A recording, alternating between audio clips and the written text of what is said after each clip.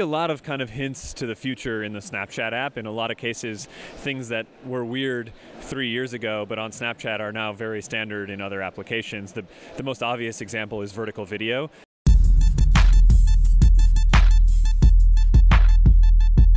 We've been focused on one big message, which is around camera marketing.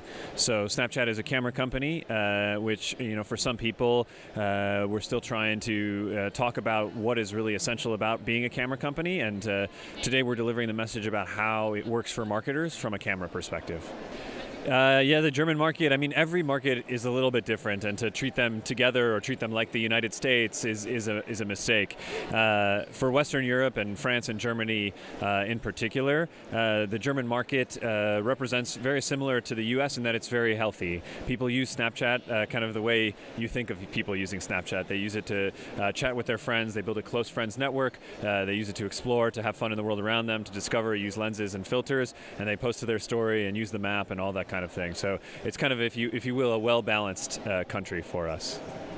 No, I think you're referring to the daily active user number that we report to the SEC as part of our quarterly earnings. And I think what we saw with our redesign is that we had brought down some of the daily habit with a group of our users, but continued to see growth in our overall user base, in our monthly active users and the like. And so I think in general, there's still a lot of growth potential for Snapchat within Germany, and then also especially outside of Western Europe. Right now, Snapchat is doing very well and very dominant within the United States, Canada, UK, France, Germany, and the Middle East. And I think we're just starting to see our potential in some of these other markets. For us, definitely not angry. I think you use the word copied, but not stolen, right? Other places can copy it. I think if we continue to innovate, continue to kind of lean into our strengths in our community, which is strong, which is creative, which is 60% of Snapchatters will create a snap on a given day, and 60% of our users creating is clearly a differentiator for us. And so I think we feel pretty good about not just the stories format, but the creation that leads to stories. You see a lot of kind of hints to the future in the Snapchat app. In a lot of cases, things that were weird 3 years ago, but on Snapchat are now very standard in other applications. The most obvious example is vertical video. I remember early on talking to advertisers about cutting vertical videos for their ads, and they laughed us out of the room. And now everybody wants vertical video. Horizontal video looks silly on most mobile phones. And so I think with AR, I'll talk maybe from both the consumer side and the business side. On the consumer side, you've seen us start to innovate a lot more on world-facing AR. So not just the selfies that everybody knows us for, but being able to place objects in the world, being able to place your own Bitmoji in the world around you, portal lenses you can walk through or look over. Those are really exciting because we're starting to see users use AR as a creative tool beyond just the face. On the advertiser side, we always knew AR would be amazing for the top-of-funnel brand guys, right? The level of engagement with AR, the playtime as we call it, has always been really high, which is great.